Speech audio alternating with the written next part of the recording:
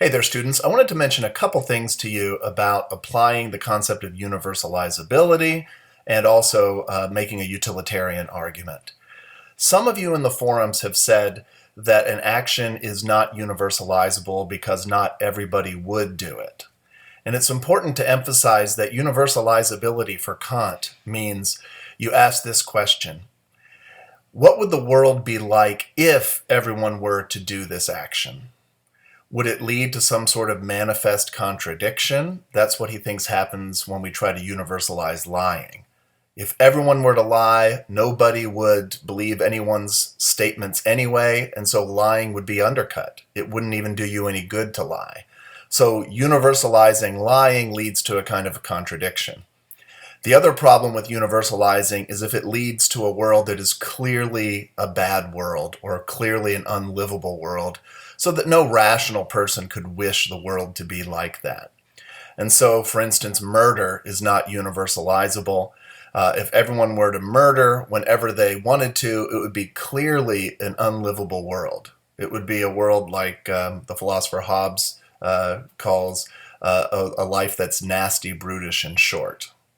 So universalizability, in short, is not would everybody do this thing, but if everyone were to do this thing, what would the result be? Would this lead to some kind of contradiction, or would it lead to a clearly horrible, unlivable world? If it would lead to a contradiction or lead to a horrible world, then the action is not universalizable. The second thing I wanted to mention is that when you're making a utilitarian argument, it's very important to consider all of the people who will be impacted by the action.